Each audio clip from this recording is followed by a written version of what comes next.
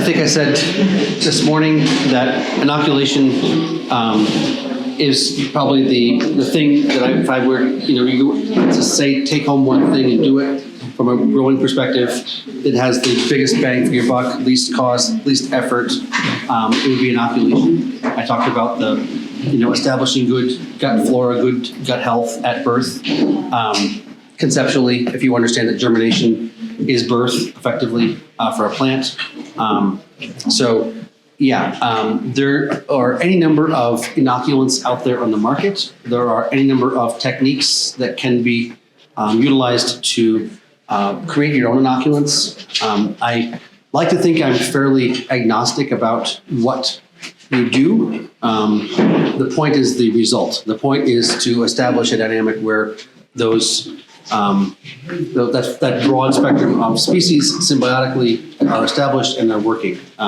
And certainly to the point of Elaine Ingham earlier this morning, the microscope sort of modality is a great way to verify, right? If you want some empiricism, you want to see what's going on, that sort of understanding is very valuable. So, I personally I think someone at lunch was bringing up this product, BioCode Gold, which has been distributed by Advancing EcoAg. That is a product that I was beginning to teach this course a number of years ago.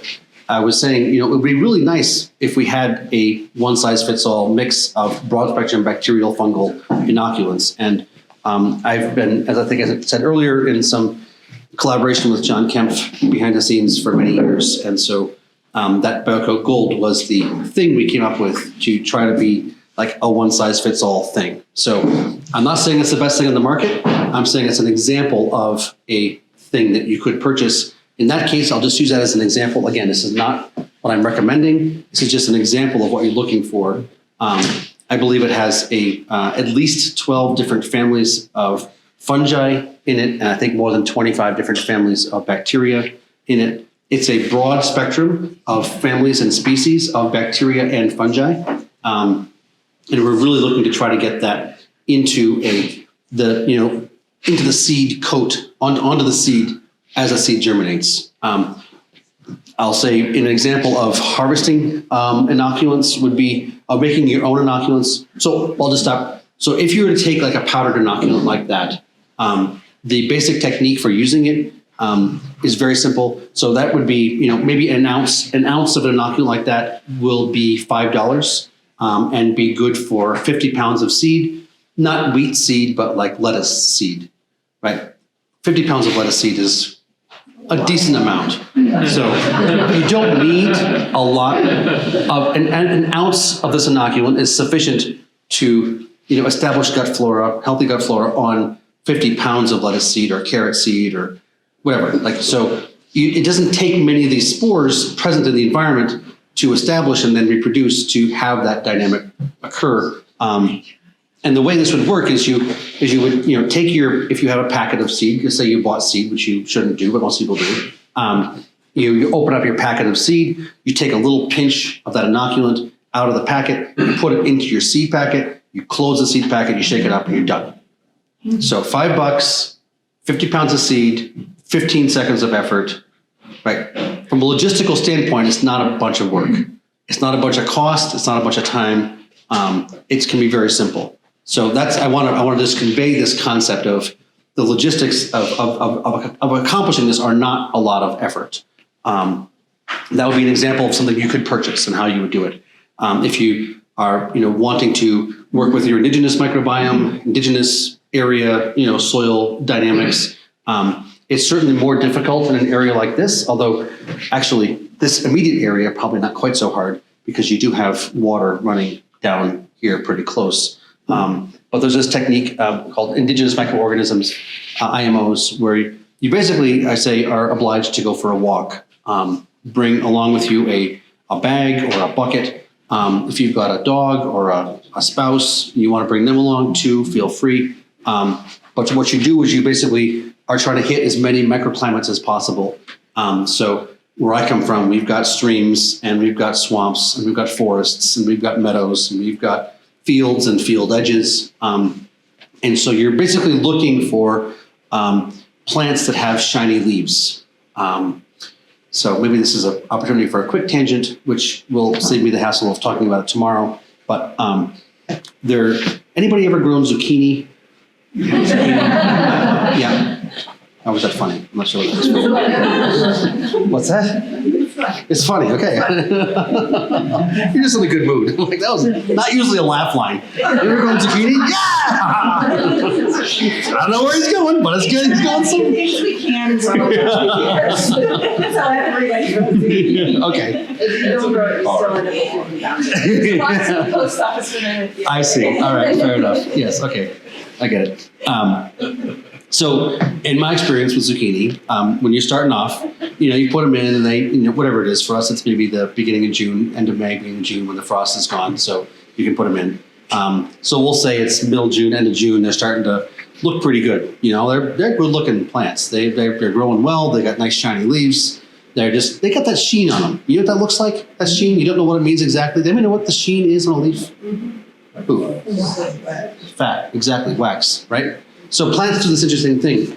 Maybe you've heard about it. When plants have more to eat than they need, they stockpile the extra in the form of fat. Have you ever heard about that concept?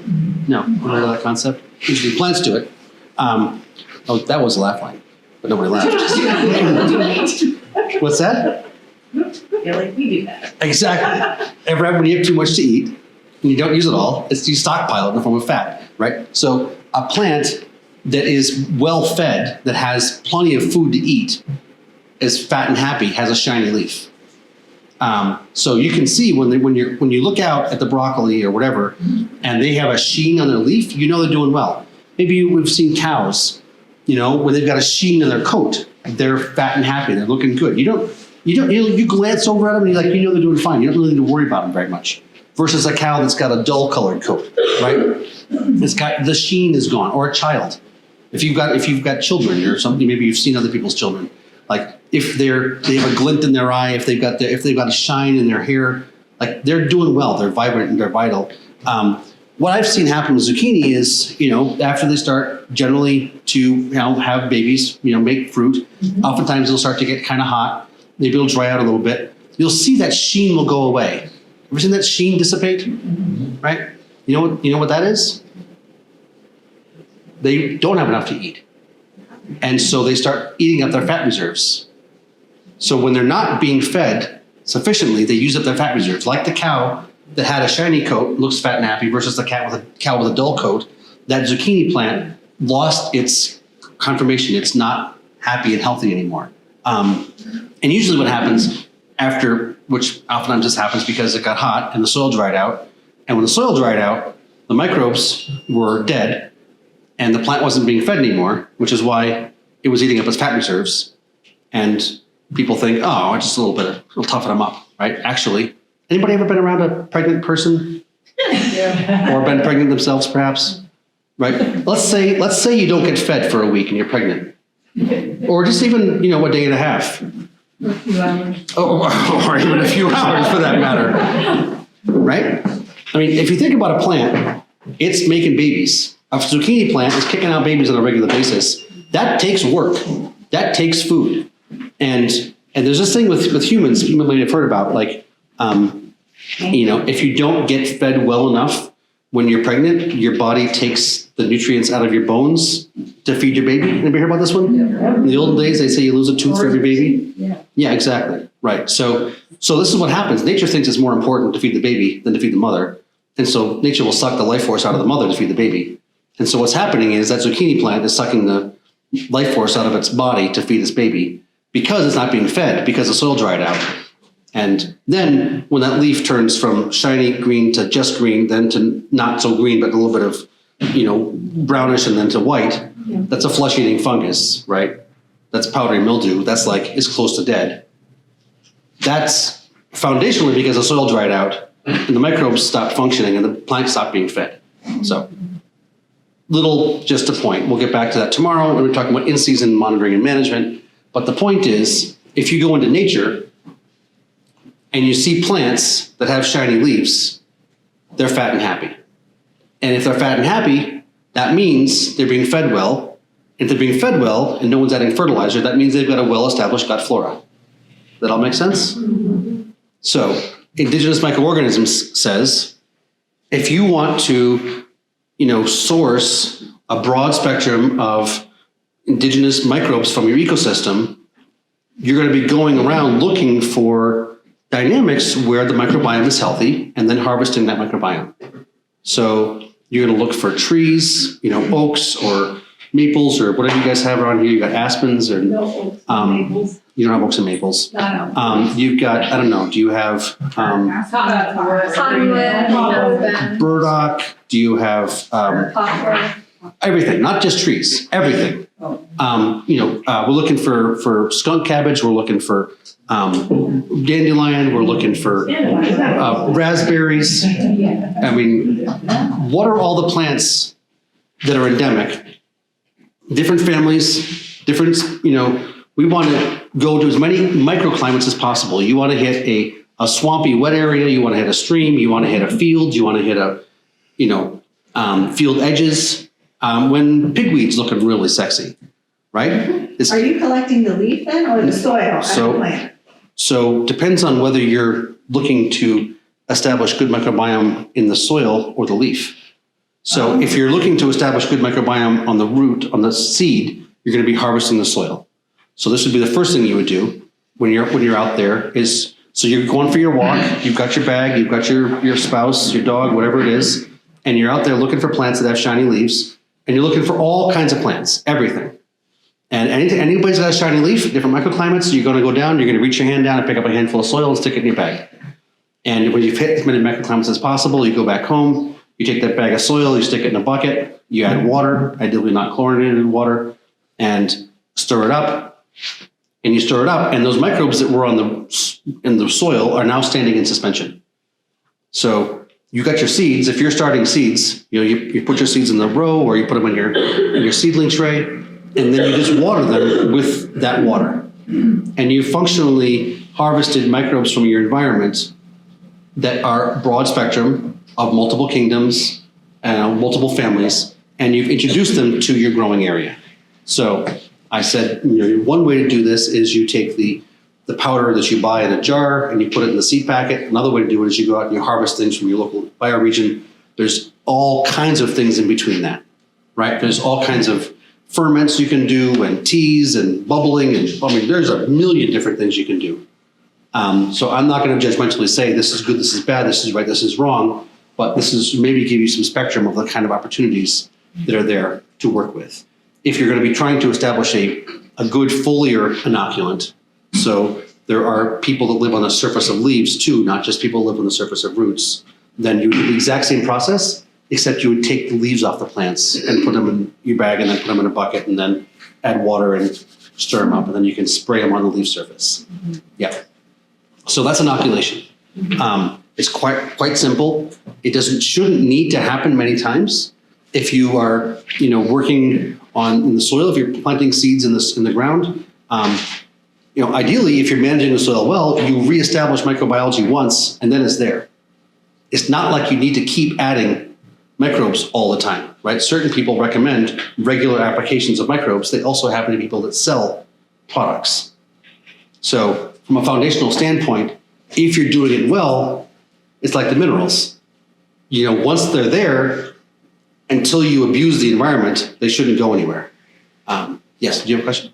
With the leaf option, are you manipulating the leaf at all, or just putting the whole leaf in the water? Are you crushing it? I would put the whole leaf in the water, and then I would take my hands and I would give them a good old rustle. Like, yeah, squish them a little bit. You want to get things off the leaf surface. Yeah, you could let it sit there, but if you're curious about these things, one thing to do is just experiment. Another thing to do is to go on the internet and read, watch videos, intuit. Ideally, we don't listen to anybody else. We just talk to the land and talk to the plants. But most of us still need a little bit of help with that. So, I don't have an answer. Whatever you feel called to do probably is the right thing to do. Structure the water first before you stick it in the bucket. I get creative. You got little pyramids. You got all kinds. You go for it. okay. Go for it. Pray. Yeah. So, I mean, as powerful as it is, as powerful as inoculation is, it's also remarkably simple. And so I don't necessarily have a lot more to talk about. I think I conveyed the basic points. I did bring it up, over the past couple of hours a few times, but I also want to move forward with the agenda. Any other questions or comments on the topic of inoculation? We did some inoculants like that with a couple of seeds and in one area, we held moisture in those plants almost a month and a half longer than anything around. It was absolutely insane. Yeah. It's, the root surface is small, but the microbe surface is massive. And the mycorrhizae, add, what is it? Orders of magnitude more functional root surface and deepness to facilitate that water aspect. It's really, we're not growing plants. We're building biological vitality. And the more you get that accomplished, the more the whole system works. I call it cheating. Just because it's easy. It's like, it shouldn't be this easy. I grew up on a farm where we worked all the time and didn't have much money, and that was just the way it was. Like, suck it up, you're a farmer. And now I'm like, I'm a farmer. I've got a high quality of life. I play, I sleep, I hang out with my kids.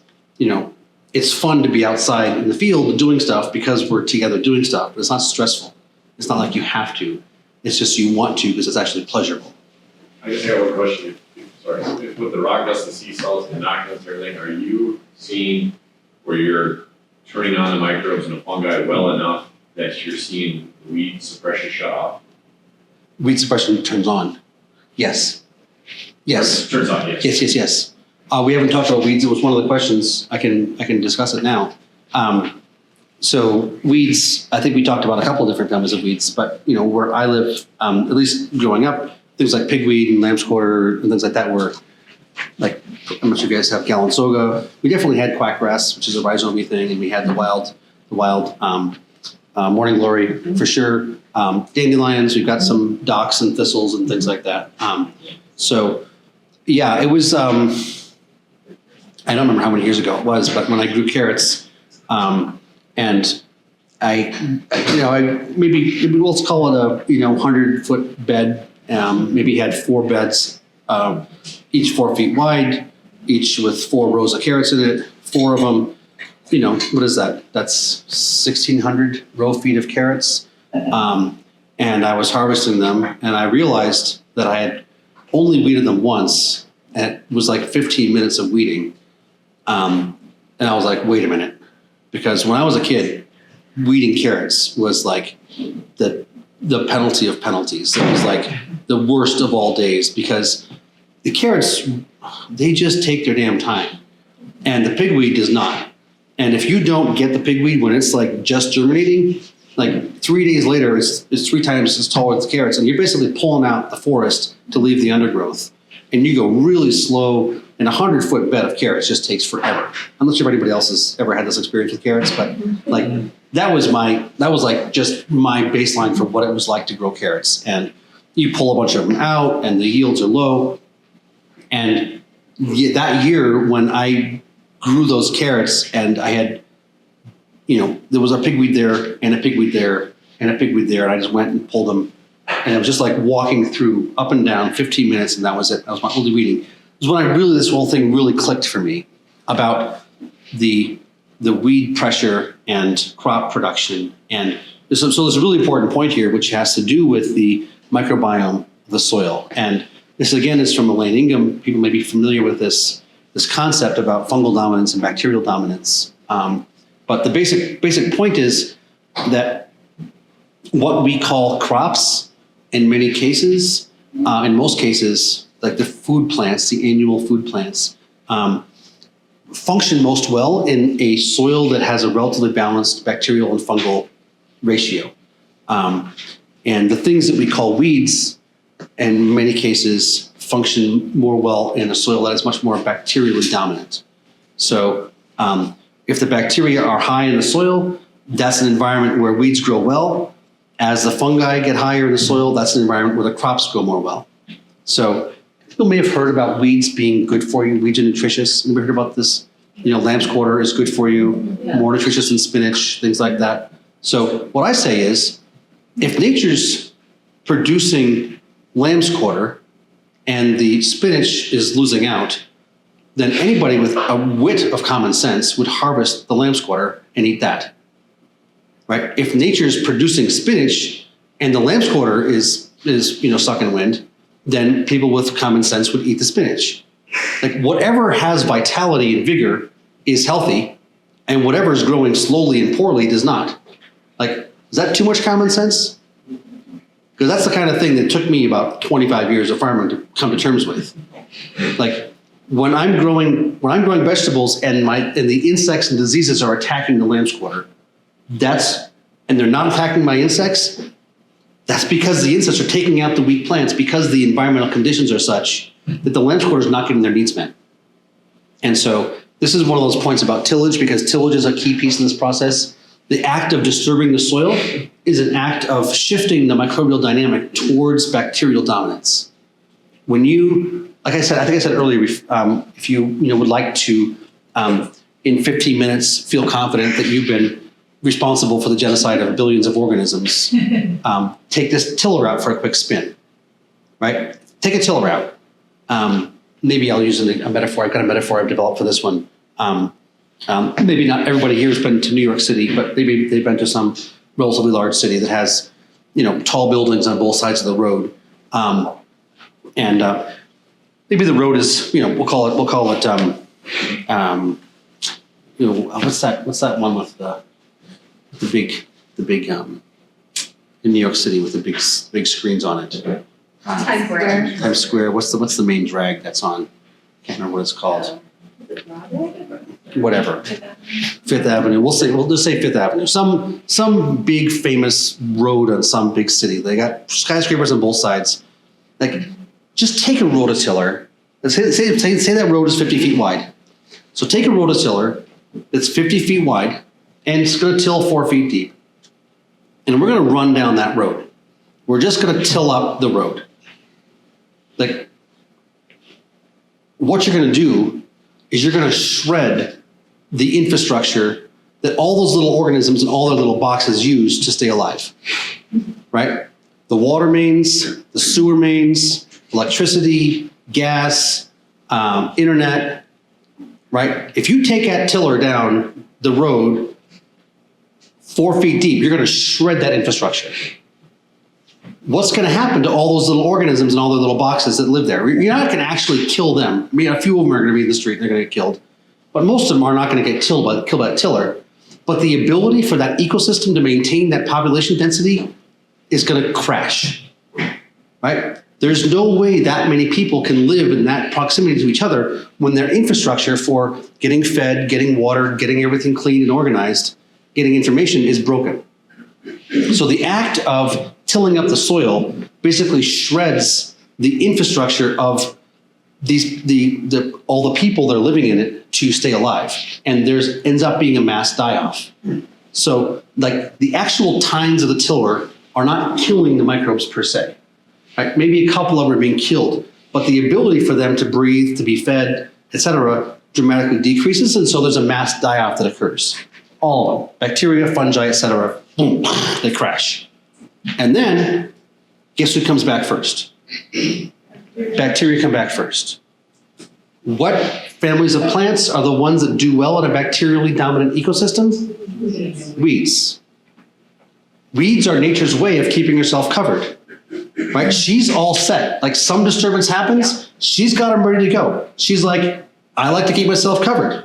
Disturb me, and I'm going to cover myself. The weeds are the first. They've got a role in the succession of time going from annuals to climax forest. And this is part of the process. So if you go through with a tiller and you create that bacterially dominant ecosystem, you're creating a dynamic where the weeds are going to flourish. So from a management perspective, we want to minimize that disturbance because the bacteria comes in first and then the fungi come in. And it doesn't take actually that long for the fungi to reestablish. And then you've got a dynamic where your crop plants will outcompete your weeds. So that's been my experience, is if I am sensitive with how I work the land, I can maintain that fungal dominance, and then all those things that we call crops literally outcompete my weeds.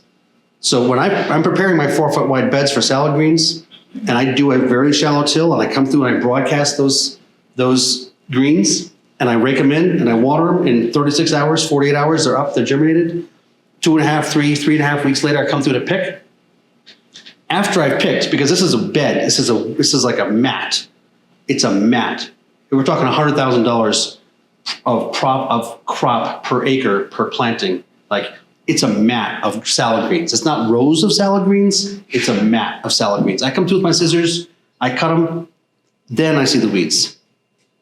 The weeds are down there struggling, being outcompeted by my salad greens. That's how I make money. I don't weed my salad greens. I don't like weeding. It's too much work. It's a pain in the butt. I create a dynamic where the fungi are dominant, where the microbiome is appropriate for my crops, and my crops are outcompeting my weeds. So hopefully that was a valuable commentary. Is there a way you can inoculate with fungi? Yeah, so they would be It would be the same way. in that powder that I was talking about. You got families of different fungi in the roots that we picked up the soil from, where the plants have shiny leaves. You're going to have fungi in that ecosystem. It's not just bacteria. You're getting a whole suite of different people in there. Yeah. So I've been leaving more weeds in with my vegetables and stuff because one, there's more roots working there. Yeah. And they're not really hurting anything, right? Unless they're shading out things, no. It's called polycultures. Nature does polycultures. I can leave my. Cover crops. I can leave my bindweed there? Are they if they're climbing all over everything else? No, they're way down underneath the. Then who's it bothering? It's spread all over. So I do spread all over, but it. Are they bothering people or not? That's the It question. doesn't look good. Well, You need to reassess your identification of what looks good. Because the beneficial insects love it. Yeah. It's helping aerate the soils. It Yeah. has high medicinal Yep. benefits. The chickens love it. Yep. So I've tried to really look at bindweed differently because it is here to stay. So anyway, the chickens love it. My chickens love it, and I always heard that bindweed was an indicator that your soils are kind of decent. So it can tell you where your bindweed is. That's your soils are getting better in that area. So that's I don't think that bare soil is attractive. yeah. I don't think lines. I mean, okay, so But you don't want it pulling down your plants. if it's Right. if you got blueberry bushes and the blueberry bushes are being overwhelmed by bindweed, you got a problem. You got a problem there. I do think there's some boron deficiencies that align with that sometimes. I mean, these weeds, quote unquote weeds, are nature's indicators of different imbalances. And there are books out there where you can begin, where people have done the tests. They've said this plant, this common name, this Latin name correlates with this mineral dynamic imbalance. So, I mean, the knowledge is there. And weeds and what they tell. I think weeds and why they grow, maybe. When weeds talk. When weeds talk's another one. Oh, yeah. Yeah. There's a couple books out there. But yeah, I mean, so do you need a soil test? Not if you know how to read the weeds, right? If you know what the quote unquote weeds are saying, then you don't need a soil test because that's nature telling you what's going on in the environment. There's multiple ways of figuring this stuff out. I think there was another point in there somewhere. Yes. Just kind of wanting to check on regenerative is a buzzword Mm-hmm. now, and Yep. there's so many, it's taking different trajectories with people coming up with their own definitions. Yep. Within the bionutrient, context, Yes. how do you define regenerative? I don't. I don't bother with any of these words. I don't bother with organic or permaculture or biodynamics or agroecology or, regenerative. I mean, I think there's some amazing people that were not in agriculture before who are now in agriculture and doing really powerfully beneficial work because of the regenerative movement, because of that buzz, and I welcome them in the process. I'm really excited by a lot of the people that are in that community. And the ones that are thinking deeply are thinking about it as a whole integrated spiritual process. It's not a label. They've realized that, carbon market measurement logistics is a real pain in the butt and probably inefficient, and are thinking, what's exciting to me is in the last sort of 12 months or so, maybe a little bit even less than 12 months, is a lot of those people in the regenerative movement community are saying this nutrient density might be a really good stand-in for what we mean by regenerative. That the quality of the food, it makes sense, is a good way to assess empirically this overall ecosystem function, which is what we're trying to talk about. So, I would say establishing definitions based on practice is a fool's errand. And strategically, assessing the thing itself is the way to go. I think there's this colonized mindset kind of paradigm, whatever we want to call it, whatever your derogatory terms are for patriarchal, Western, rational, binary. The way it works generally is you are organic or not organic. You are local or not local. You are regenerative or not regenerative. And that's baloney, right? It's a continuum. It's a continuum. Life is a continuum, and life is not black and white.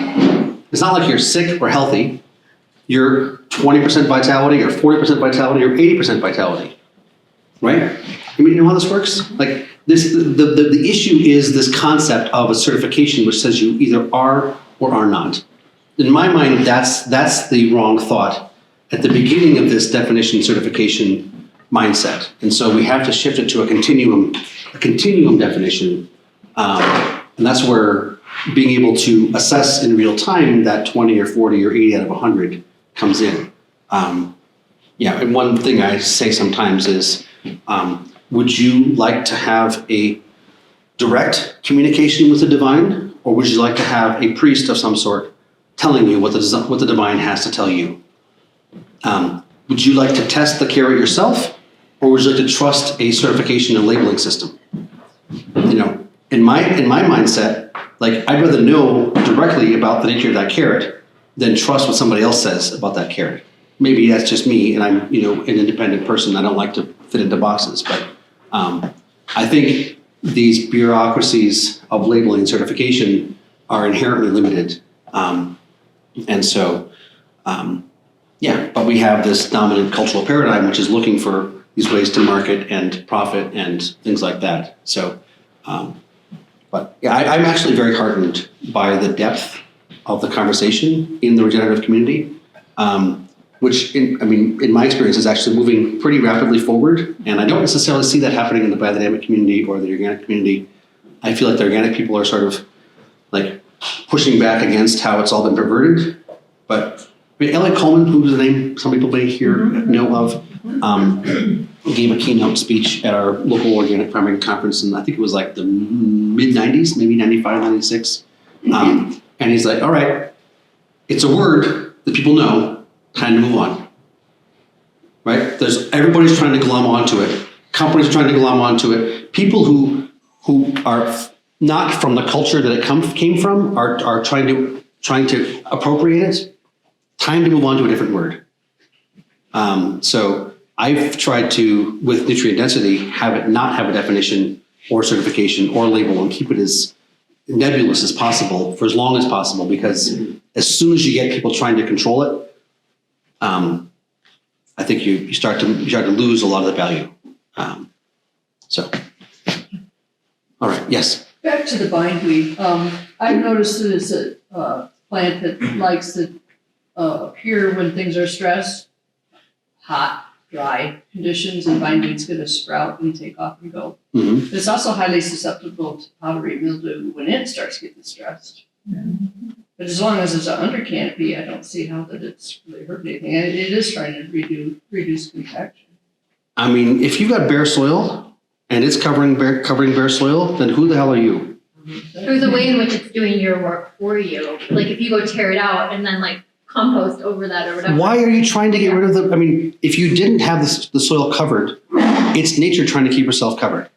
On my farm, I use mulch because when the soil's covered, my experience is you may get something popping up here or something popping up there, But in general, all she wants is to be covered. And so you prevent the problems in the first place by keeping the soil covered. And whether that's It mulch. doesn't care about 4 inches of straw. What's that? It's popping up on 4 inches of straw at my house. It's Okay. pretty pervasive stuff, and it does, you're right, it's really susceptible to powdery. But one thing that I found that can strangle it out is, I have a ton of mallow. I love mallow, it's my favorite understory plant.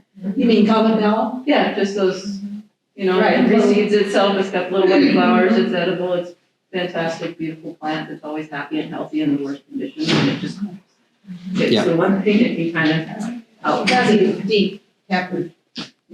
I obviously don't have as much experience with bindweed as you guys do.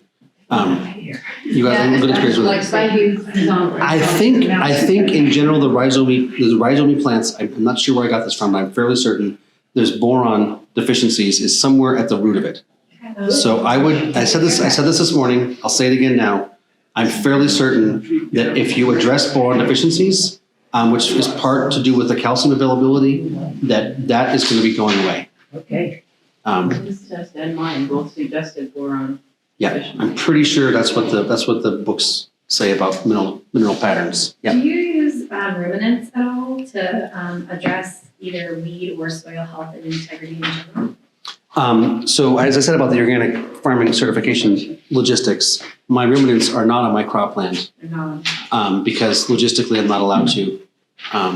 So yeah, and I've only got 2 acres of cropland in general, which is not much. So. But you have ruminants? Cows, yeah. I guess I meant in the off season, because you said 90 days for root vegetables, right? That's a rest. 120. So the off season is between the middle of November and the beginning of April. So there's not much there Right. for them to eat. If I've got cover crops well established, I don't really want them eating them all down. I kind of want them there for my crops for next year. I consider my earthworms to be my animal, role. I mean, I do truly believe that the regenerative ethos about you should integrate animals into your ecosystem is 100% true. But as far as poundage of meat per acre, earthworm populations are going to be higher than just about anybody else.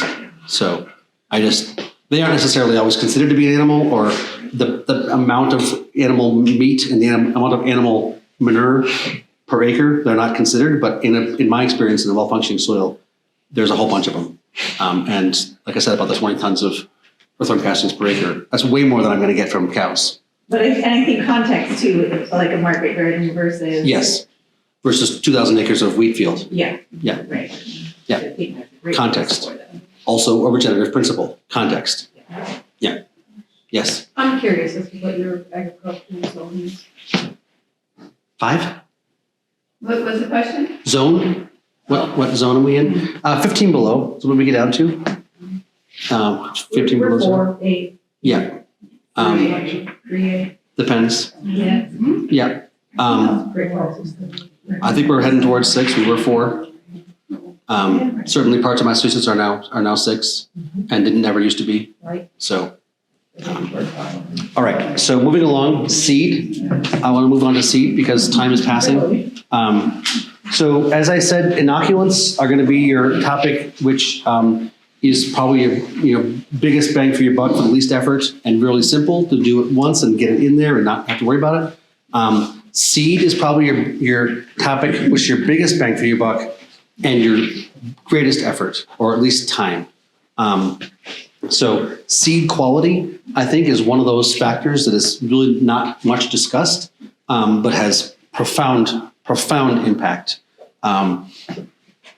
People have heard perhaps about this concept that if your mother was, struggling or poorly fed when she was pregnant with you, then that's going to have impacts on your vitality. Perhaps if her mother was struggling when she was pregnant with her, that's going to be passing down. This whole thing about epigenetics. So my understanding is that most of what we have available to us these days in the market as what's called seed has a multi-generational stress and weakness built in, and you will never be able to produce high quality food if you have poor quality seed. And it's basically impossible to buy high quality seed. It's not quite that black and white, but it's about almost 95% at least that black and white. There's a bunch of pieces of this puzzle, and it's a really important piece of this. It's a really important piece of the broader puzzle. So I like to try to emphasize it as much as I can, and sort of talk about things you can do and things to look for. Foundationally, you want healthy mother plants to be producing healthy seed. And foundationally, you want those healthy mother plants to be in the microbiome, your local, biome, microbiome, right?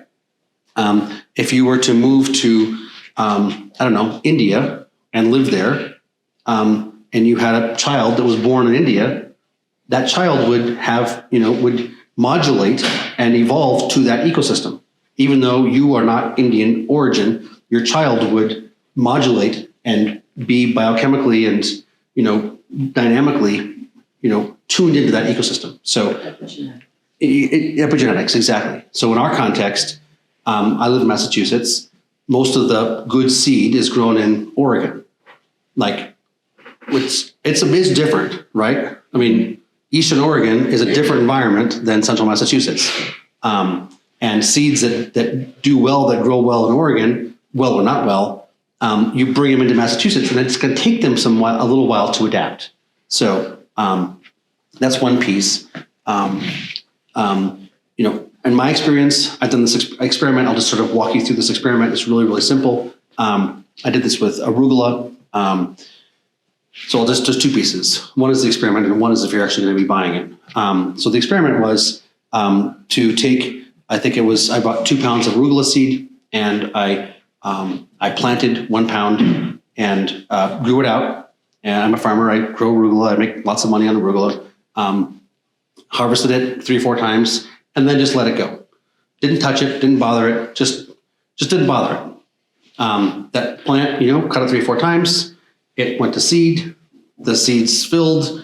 It dried down. I took those plants. I pulled them up. Laid out a piece of old greenhouse plastic. Shook them out. There was some arugula seed on that greenhouse plastic. I sort of, dumped it into a quart jar. And then I had the other pound of seed, which I hadn't planted yet. And so I had 1 pound of my seed and 1 pound of the seed, its sort of grandparents, sisters or whatever, it's aunts and uncles. And then I planted that seed, like both pounds in the bed. And this was, I don't know what it was, probably end of September. And the difference in vigor and vitality from just one generation on my farm, not grown as a seed crop, grown as a crop and then let go to seed, was profound. So I'm not sure what you guys' experiences with arugula around here, but generally it'll like purple, it'll turn yellow, it doesn't like to germinate, it goes to seed too fast if it's hot out, it's really pissy, right? Arugula is just really pissy. So what happened, what my experience was this arugula that I had grown in my soil for one generation, it germinated faster, it had thicker leaves, darker green, no purpling, just grew vigorously. And the stuff that was next to it exhibited all those classic symptoms of purpling, yellowing, thin leaves, going to seed fast. I was able to experience profound shifts in the character of that crop's growth habit by simply growing it out for one generation in my soil. Right? The microbiome of my soil was much more sophisticated, I'm presuming, than the microbiome of the soil that the mother plants came from. So that core microbiome, you shouldn't even need to add inoculants because ideally those microbes are on the seed to begin with. If that mother, it's getting the colostrum basically from the mother, right? That's what you actually should have happen, is the mother plant is actually adding that colostrum. But in the conventional seed production process, they add all kinds of chemicals. They add toxins. The mother plants are sick. They're being fed fertilizer. It's an issue. The organic seed industry has a hard time, in many cases, producing crops because they have a hard time, having those plants go to full seed without the presence of diseases, without the presence of a powdery mildew or something like that. And then they say, it's got the presence of disease, and then, they can't sell it because it's got those disease, spores on it. So in many cases, there's not an organic version of that seed available to you, which basically means, the mother couldn't have a baby without having cancer, if you want to think about it, right? Like, so this is a plant that was trying to go through its life cycle and have babies, but before it had babies, it was dying from a disease. So if you think about that, if you're an animal, say you're a human example, like a mother is pregnant and trying to have a baby, and she's like got cancer while she's got a baby, while she's pregnant, that's unlikely to be a healthy baby. But this is what we have in industry. The seed industry, uses fungicides, insecticides, etc., to keep the mother plants alive while they're going to seed. And so we harvest seed. Yes, it's seed. Yes, it is arugula seed. But the health of the mother was such that, the quality, the vigor of that seed is quite low. So my understanding is broadly, that's the nature of the seed industry, is what is, provided to us is, yes, technically an arugula seed, but foundationally, its vigor and vitality is quite low. So my experience is like 1, 2, 3 generations, if you can get anything that's really, really weak, crappy, low vigor seed, but it's a cultivar that has some nice characteristics to it. If you can get your hands on that cultivar, on that variety, and you can grow it out in your soil for 2 or 3 generations, you can have some amazing crops. Anybody's heard of Baker Creek Seed Company? I mean, there's an amazing spectrum of seeds. But if you buy some of those tomato seeds, they are flat. They are flat seeds. They are not fat seeds. They are flat seeds. They take forever to germinate, right? The white tomasol or whatever. Like, oh, what a beautiful tomato. Yeah, but the thing doesn't germinate. And it grows with totally low vigor. But if you grow that plant out, then next you harvest the seeds from that fruit that you were able to grow, it'll have better vigor. And you do that again, and you're actually going to have some white tomasols that have amazing aspects to them. So I love the open pollinated varieties, but what's available to purchase right now in most cases is quite embarrassingly low. Yeah. But you would harvest seed from plants that seem to not be thriving.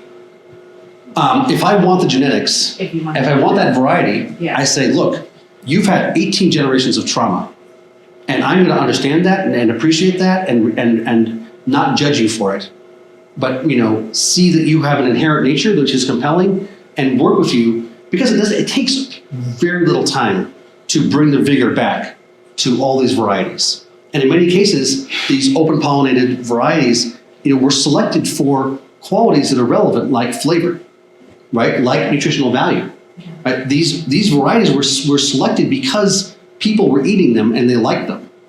And most of what's available that's hybridized, right, is selected for,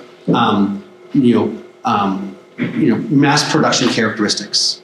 It's totally obvious with like the yellow squash, right? Like the open pollinated yellow squash, they have the ability to blow right through powdery mildew. But you get some of the hybrid yellow squash, and the best soil in the world, and those guys are just like, they can't hack it. And the hybridized varieties have been selected to function well in a fertilizer environment. Mm-hmm. The open pollinated varieties were selected to they actually have bigger roots. They have the ability to work with mycorrhizal fungi, right? Somebody I was just talking to recently was telling me that the biochemistry of those open pollinated varieties, they have twice as many compounds, nutritional compounds in them, right? The hybrid varieties, they just have a much more limited nutritional profile, period, full stop. So, the hybrid varieties have been more well fed as far as the mother plants are concerned. And so they may do better out off the gate. They may germinate better or have better vigor initially. But if you do it out over a couple of generations, you're going to find a entirely different dynamic. So, I wouldn't be so, I guess, are you concerned with any cross-pollinating? Or if it's like, if it tastes good, Bring it on. goes well, I feel like I don't necessarily care. But that has inherently kept me from going down that rabbit hole more. Because I don't know, it's complicated. My tomatoes are all together. But like, if it grew next year and it looked different, but it still tastes great, then what doesn't? There's this thing called landrace. Anybody know what a landrace is? Of course, Robin knows what a landrace is. That's what indigenous cultures did. They never selected just one thing. They harvested everything. They want the early and the late and the drought resistant and the flood resistant, and they want the tall and the short and they want all those different attributes selected and then planted together and cross-pollinating, and constantly they're selecting this one and that one and that one, but they're not looking for one thing. They're looking for the mix of thing. And I mean, indigenous cultures considered their seed to be their cultural wisdom to a very, very large degree, right? That was the sacred thing. That was the sacred thing. They didn't have Monet and, cathedrals. They had seed, right? We've monetized seed. Seed is profound value. So yeah, I think it's a really important piece of the puzzle. I got lots of things to say about it, but Robin, you want to go first? This is only one comment I'm going to make, I promise. And simply that. You're welcome to make more than one comment on the topic of seed. But just simply on this point, we have a mindset where we have actually said heirloom is this and we've made it static. Yeah. But the lineage that it comes from, our ancestors never saw it that way. It's a living. And It's a living. intention was that, Yes. here, take these characteristics, but add to it. And it's just a mindset. So there's an invitation to move ourselves away from heirloom, and if we need to call it something, then call it heritage, but allow it to be living, allow ourselves to add to its intelligence. Or consider yourself to be a grandmother or grandfather in the heirloom tradition of the future. And that you are going to select the best seeds of all the cross-pollinating that's happening, and your name, Grandma Rose or whatever, that's going to be named after you if you want to think of it that way. It's a constantly evolving It seems like lineage. people want to see the name, like they pick up the tomato and they say, is this granny wine? And you're like, no, Yes. it's a, and they sit it down and bring and tell them what it is. Well, There's people like that. do lots of I know, things. it's like, well, spit out. That's why we get the old meter and we say, that's 94 and that's 23. Yes. We had, this year, we put in about 10 or 12 of our own variety plants, we saw 60 years out. Yeah. So foundationally, this is the point. So that I just want within that context, I've got a number of things to say. One of them is that there is variation within variety, within a variety type. So, if I'm growing Astro arugula and I'm buying seed, there is maybe two growers, planet-wide who are producing all the Astro arugula seed, and that's maybe not exactly the case, but in many cases you've got a variety that belongs to a company, and they hire two people to grow out the seed. I think I've heard this explained with Thai spinach. I'm not quite sure that's the exact variety. But there's two growers that grow all the Thai spinach in the world, and they both are in, Oregon. And the seed company that owns the variety, has them send in all the seed to them, they sort it. And this is where it gets exciting, right? Is they sort it. Because there's big seeds and there's medium-sized seeds and there's small seeds. And they take and they select them. And there's screens. There's a 12 screen and a 10 screen and an 8 screen. And all the seed that's too big to go through the 12 screen goes back to those growers for next year to grow the seed with. Then all the seed that's too big to go through the 8 screen goes to the farmers in the Salinas Valley that know better and pay for the premium quality. And then all the seed that's too big to fit through the 6 screen, or what was I, at 8 or 10? It's 8 screen, goes to the farmers that live in New York that buy 50 pounds of seed at a time and know better.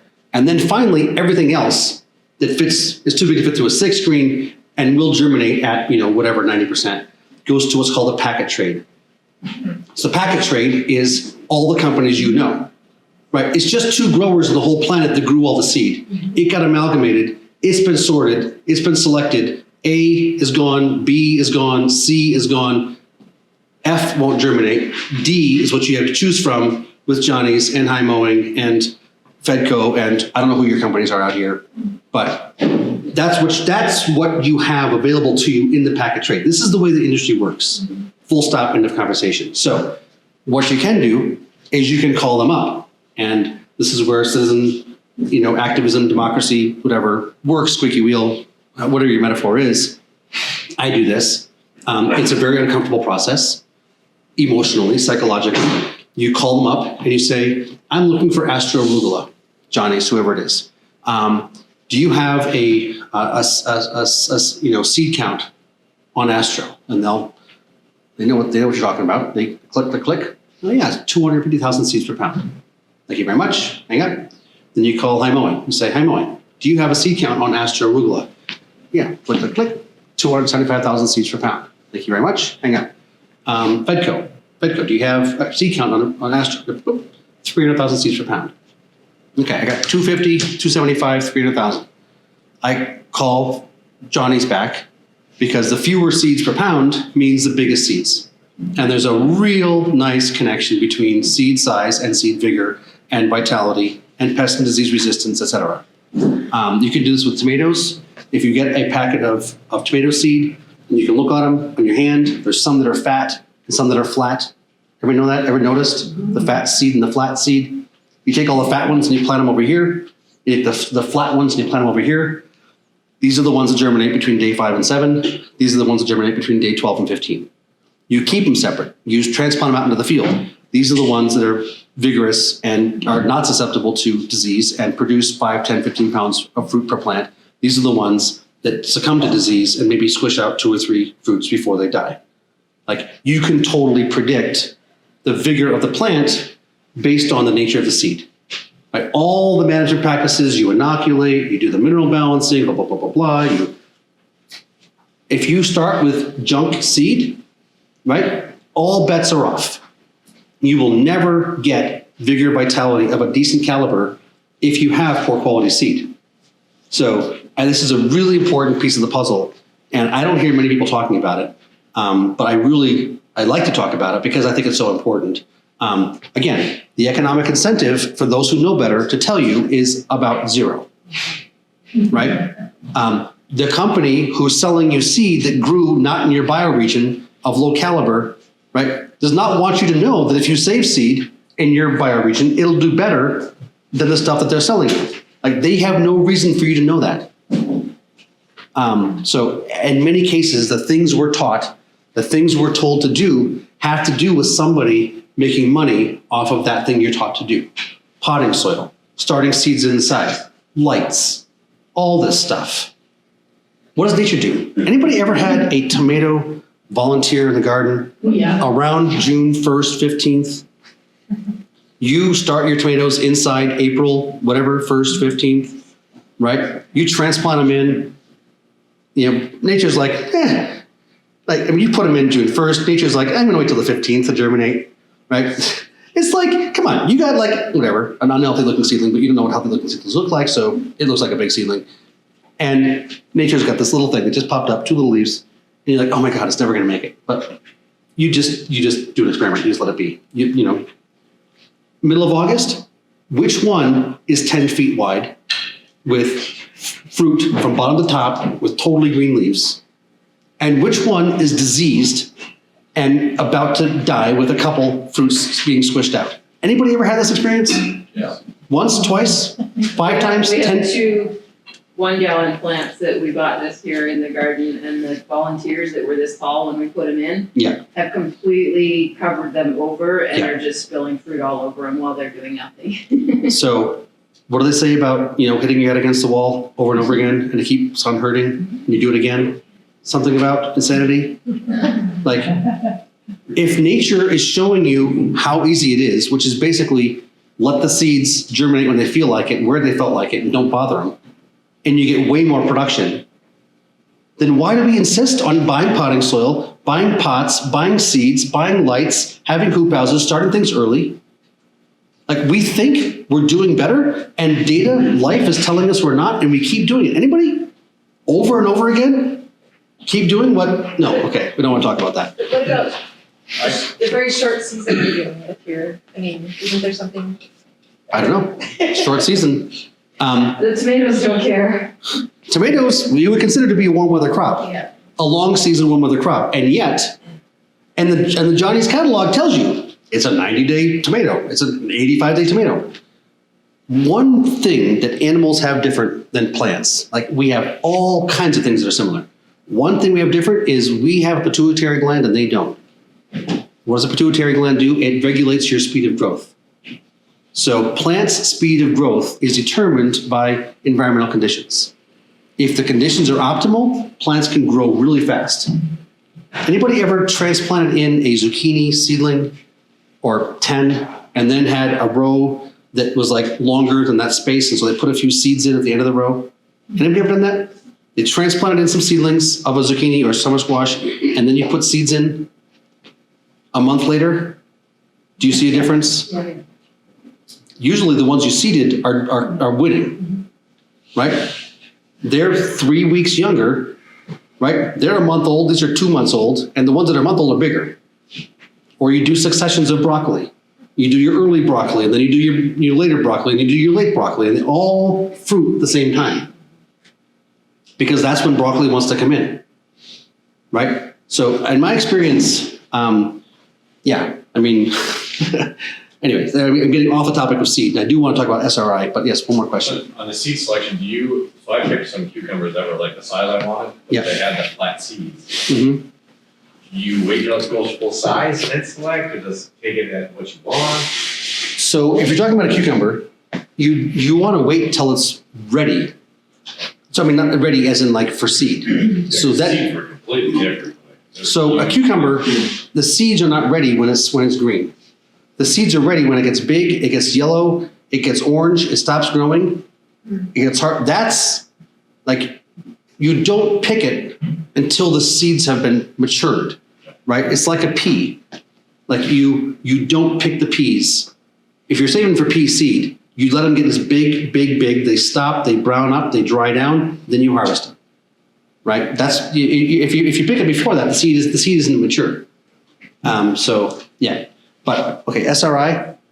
Anybody hear about SRI? System of Rice Intensification, SCI. A few people know about this. Good. Okay. Well, all right. So this is like one of the most powerful global grassroots movements that's like being applied by millions of farmers, dozens of countries, reversing misogyny, amongst millions of people. Like, totally powerful global movement. What is this stand for? SRI is what it started as, System of Rice Intensification. Then it's now been broadened to System of Crop Intensification. If you look at the seed slide, you'll see the last bullet point I've got there says SRI, SCI. So there's a whole creation myth here about a Jesuit priest who was on mission in Madagascar, and he was just finishing his 7-year mission of converting the savages, as it were, and stopped by in the village, or maybe no, I think he actually had a conversation with God, I think is the story, where, he's like, completing his mission and checking in with God about it, and he's like, I seem to have had no beneficial effect on these people. Like, my presence has done nothing of value. I've been here for 7 years trying to convert them to the truth of Jesus as your Savior, and he's looking at their lives, and he's like, in actual fact, what of value have I provided? And honestly, came up with the answer of nothing. And said, I'm not going to go back to France. I'm going to stay here, and I'm going to ask the question to people, how can I help? And they're like, hey, been around for 7 years. I mean, we got some answers if you're curious. And they're like, we got this problem with, we got a long drought season, and, we've got children, and we have a hard time keeping them fed, and, we would like to have enough food for our children. And this Jesus guy sounds great and all, but we're too busy with survival. So if you could help us figure out how to have more food for our children, that would be really helpful. And he's like, all right, that's a legitimate point. I don't know the exact story details here. Actually, I do know somebody who knows this guy, because this happened in the 90s. So he went around the island of Madagascar and went and looked, and rice is the dominant sort of grain staple crop, and looked at different people's production practices and tried to, discern, different ways of doing it and producing more rice. Came back, had his little place in his hut where he was living, and did some experimentation. And after a couple of years, came back to the village and said, hey, I think I've got something for you. So this is basically what it comes down to. It's quite simple and quite exciting. And in many cases, it's counterintuitive, but actually not. So traditionally in rice, the practice is that you put in, 2 or 3 seedlings in a little cluster, and we'll call this a 4-inch center.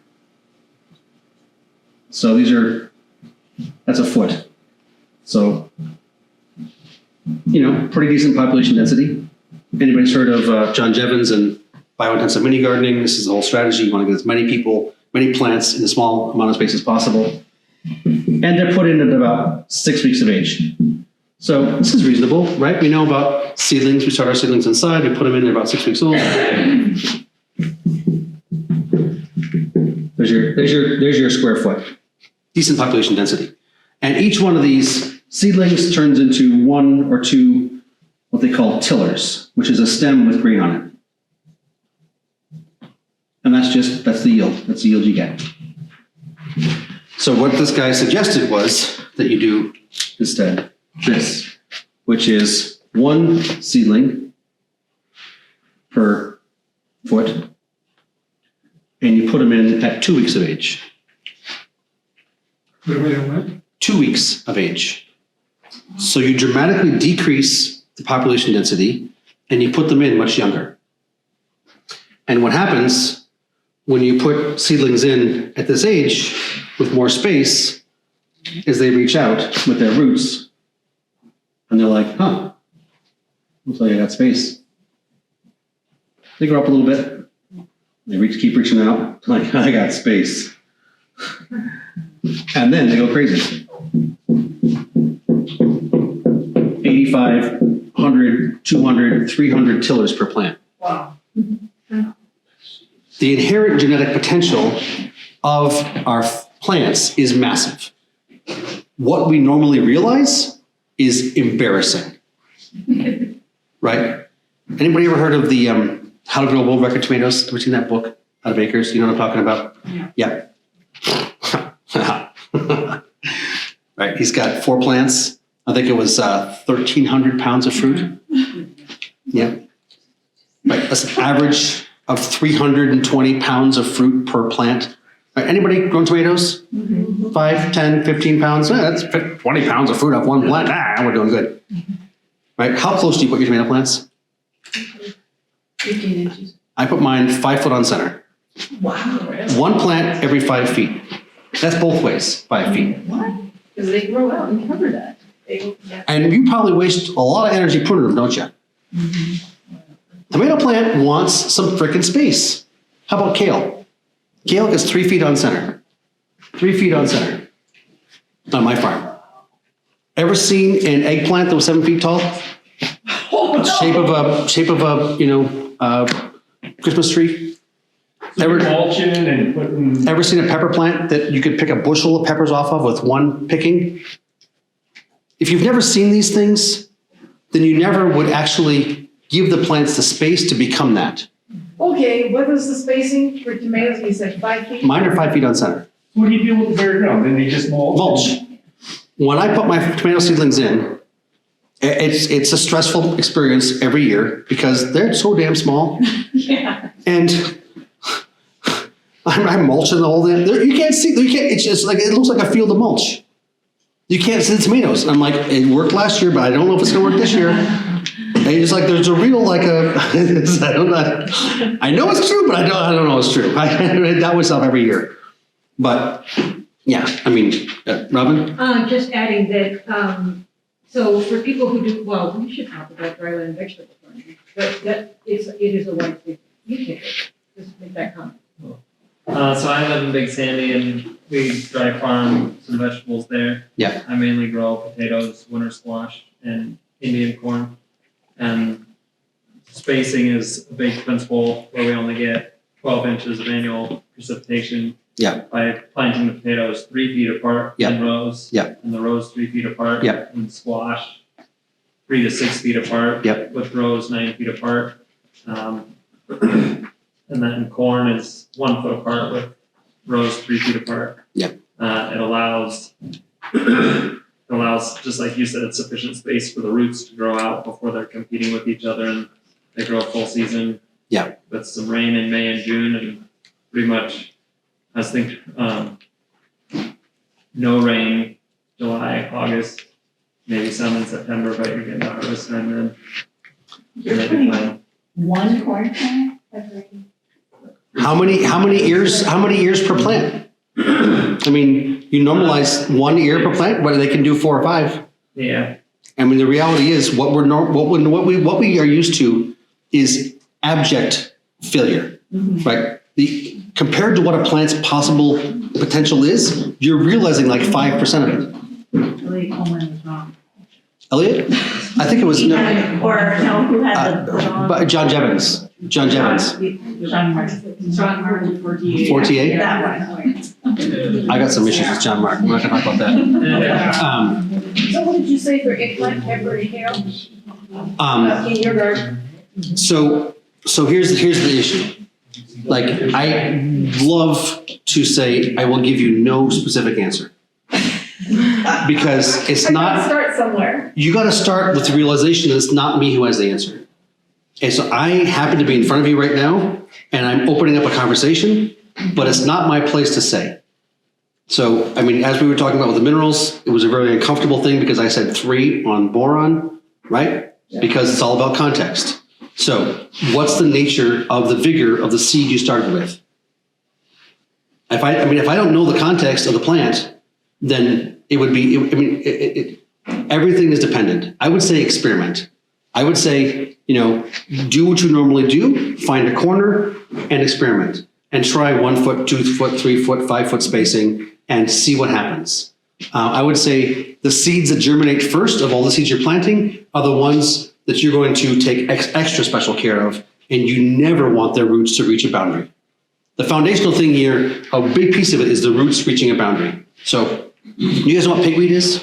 You guys have pigweed? Okay, so, yeah, red pigweed, amaranth, yeah. So, if it's, June 1st, and pigweed's germinating and starting to grow, then you leave that one of those plants be, and by this time of year, it's a gorgeous plant, right? It's like 6 feet tall, it's 5 feet wide, it's got 500,000 seeds on it. Like, that's a sexy plant, right? You take, you gotta acknowledge it, but it's true. That's a good looking plant. So you take that same, and if you're like preparing a seed bed in the middle of August, and pigweed germinates, ever had that happen? Ever put some fall crops in and pigweed germinates then? This time of year, that pigweed is 6 inches tall and gone to seed. Anybody have that experience? Yeah. Was it a different variety of pigweed that's 1 6 feet tall, 1 6 inches tall? Just gotta make babies. It was different environmental conditions. So what plants do when they germinate is they reach out, they read the environment, and they determine what they're based on their 20,000 generations of memory, which environmental conditions they're in right now, and how to modulate their growth to do most well in this incarnation. Right? So, I like to use the example of an onion. And so people do this thing with onions, which is, feels like absolute child abuse to me. But people do this. They start in like February or so with these little cell trays. Have you heard of a cell tray? Yeah. You know what a cell is? Yeah. Like a jail cell? A cell. Cell trays. What are you doing with your children? You're putting them in cells. Think about it. I care about, like, people like, I care about animals. Like, I care about the welfare of animals, but you don't care about the welfare of plants? I'm sorry. Are you like a kingdomist? Life is life. Life is life. Like, respect all life. Don't, animals are more important than plants. Give me anyway, so you got your little cell. You put your onion seed in there. It's February 15th. It's February 18th, a little root comes out. It's February 20th, a little top comes out. It's February 22nd, a little more root comes out. February 24th, a little more top. February 26th. All right, that plant, it's 2 weeks old. It's reached out. It's identified the nature of the soil. It's identified the amount of soil. It says, okay, so I have the potential to be a 1 pound bulb onion. And I have 1 cubic centimeter of soil to work with. So I can't become a 1 pound bulb onion out of a cubic centimeter of soil. So it begins to divine downward. It's what it could be in this incarnation. Right? How long do you keep it in there? 6 weeks? 2 months?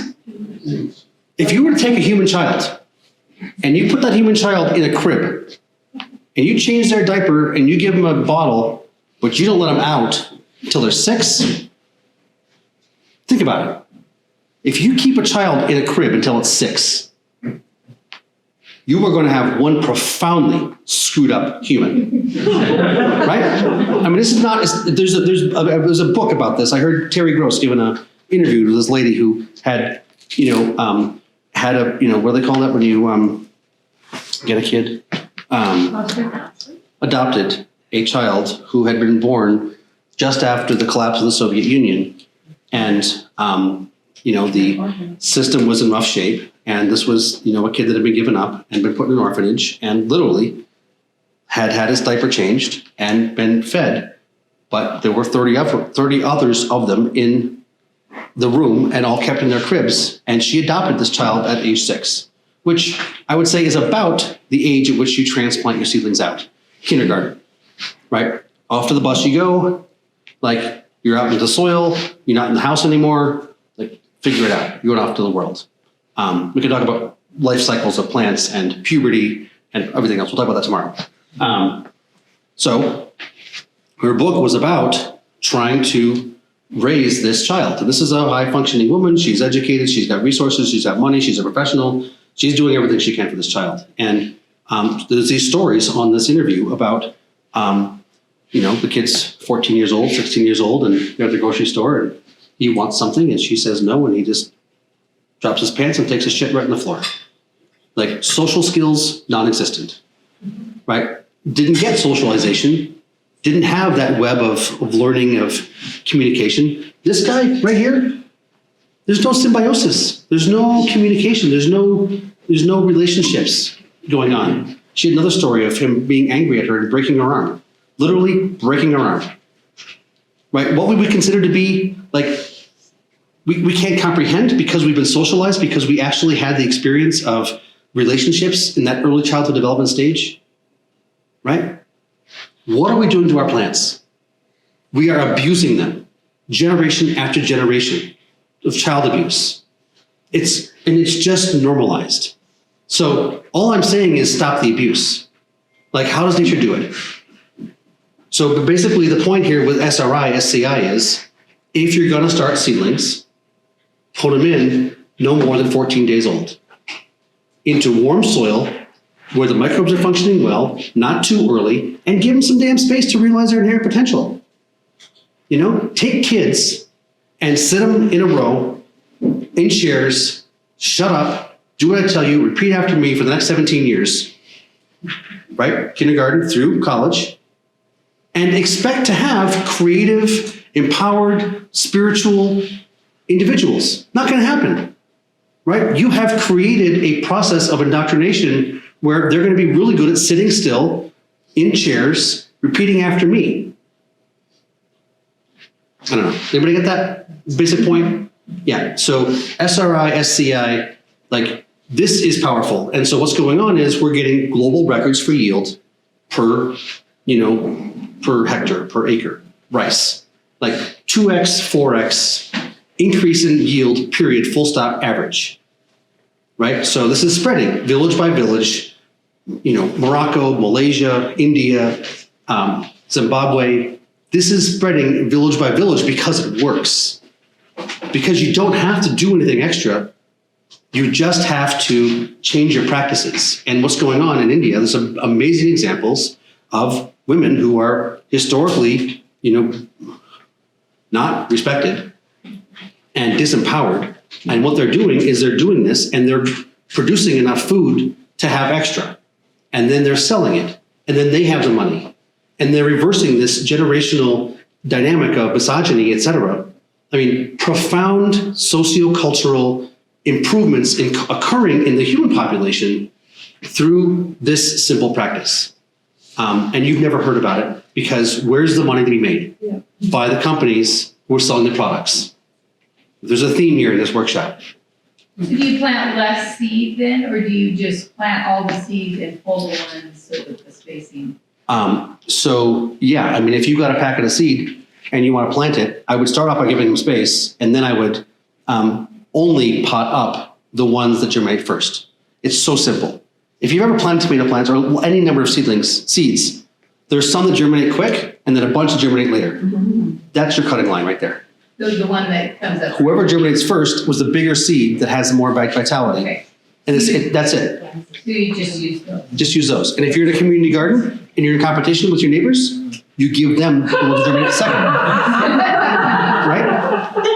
It's so simple. Carrots. What about them? I don't know. I mean, so what do I do? What do I do? You said you don't grow carrots. You grow carrots. No, I said, you know, 4 rows. when I was able to grow carrots without any weeding was when I realized this whole thing about the bacterial fungal dynamic and weeds versus crops, and what grows vigorously is what you should be eating and what grows poorly is what you should not be eating. And so here I am trying to weed things out and like kill the pigweed, and I'm trying to raise spinach, and the spinach is looking crappy, and I'm harvesting the spinach and selling it. Like, duh, right? My colonized self, I'm not perceiving. So with carrots, yeah, I do 4 rows. I make 4 rows in the 4-foot bed, and then I walk along and I go like this.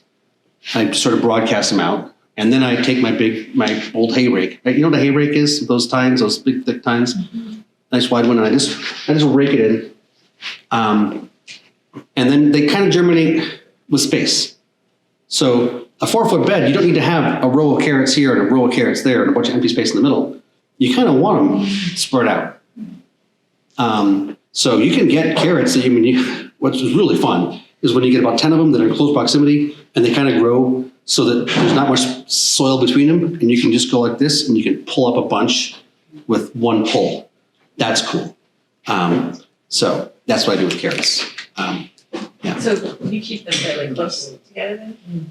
Well, my point is they're not in a row. Is because I've been farming for whatever it is, 35 years at this point in time. I mean, I've got and I don't use cedars. I mean, I hate cedars. Oh. Your seed density is like you're measuring by your handful. I know how far apart. How fast is the wind blowing? Yeah. Which direction? I'm either over here or I'm over here, and I'm going faster or slower, and it's a totally a feel thing.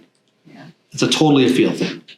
Yeah. I was thinking about this the other day before this thing. Where in Mother Nature do they actually plant the seed? It's like 100% broadcast seed, is it not?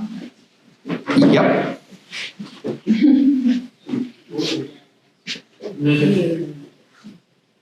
I don't know. Experiment.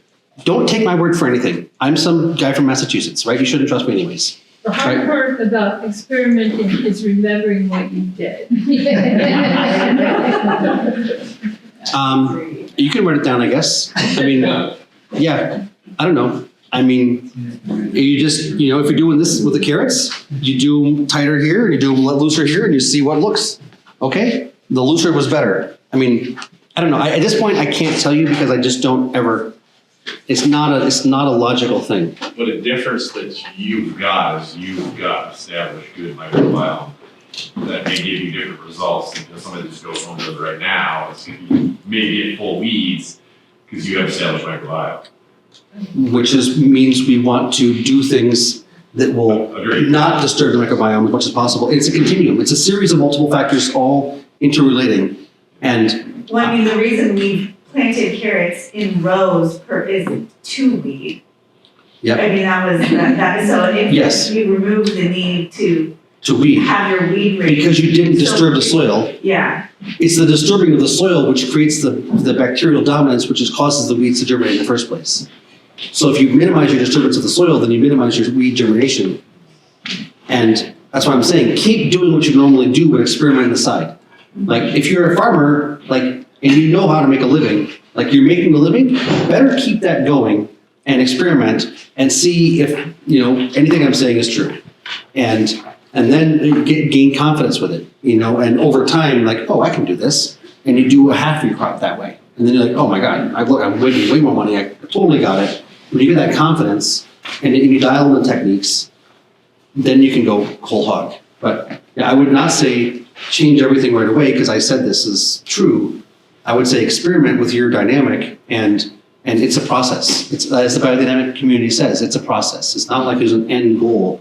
It's a process. Yeah. Now, Jim, you mentioned earlier something about tilling 3 inches. When? No. I didn't. Sorry. When I started my farm, Okay. I had an old, worn-out dairy farm, and it was goldenrod, it was milkweed, and low-growing brambles. That was what was growing there. Goldenrod, milkweed, and low-growing brambles. You guys know that kind of soil? Do you have that? No. Low pH, tight. Oh, ours is high. You guys, Especially on this side right. with the You have goldenrod? Do you have milkweed? No. Do you have low-growing brambles? Okay, it's not grass. Right. It wasn't grass growing. It was like, symptoms of a worn-out, weathered soil. And so I knew from the knowledge that I had at that point in time, and I took a soil test, and I saw the profound levels of deficiency of all kinds of minerals that, and it was tight, there was no earthworms. And if I spread minerals on top of the soil, it was gonna take them a real long time to get worked in, right? And so was at that point in time still that dogma about thou shalt not till and everything else. And I'm like, everything has a time and a place. So what I was trying to do was shift this dynamic to a different dynamic. And so I put everything that I thought was beneficial onto the land, and then I integrated it in because I wanted to have it, I wanted to get some air in there, right? I want to get the minerals in there. I wanted to get these pieces into the puzzle. And then I made my beds, which, where I come from, we have this thing called hurricanes and things like that. So what I do is, I'll do this like, you can call it a raised bed if you want, but it's a divot every 4 feet. And so there's your bed, there's your pathway. So I made my beds because when it rains too much, you want the rain out of the field. You don't want everything getting anaerobic. And then I planted my plants, and then I put my drip tape down because sometimes we have drought. So I'll run, I'll use a different color here. I'll run 3 lines of drip tape in a 4-foot bed because I want the entire soil profile to maintain hydration at all points in time. I want there to be no spot anywhere from this edge of the field to that edge of the field where there's dry. Because anywhere where there's dry, the microbes aren't functioning. I want the whole field to be a field, a vibrational, energetic field that's in communication and coordination with itself. So maintaining hydration is foundational to this process. So I got my minerals, I tilled it up, I made my beds, put the plants in, put the drip tape down, put the mulch down on top of it. And it was literally 6 to 8 weeks later that the soil had gone from a light color to a dark color. It had gone from hard and chunky to structure. It had gone from no aroma to aroma. It had gone from no earthworms to earthworms. And so for me, that's a strategic use of tillage. And once that's been done, once I've shifted the dynamic, then I don't do the deep tillage ever again.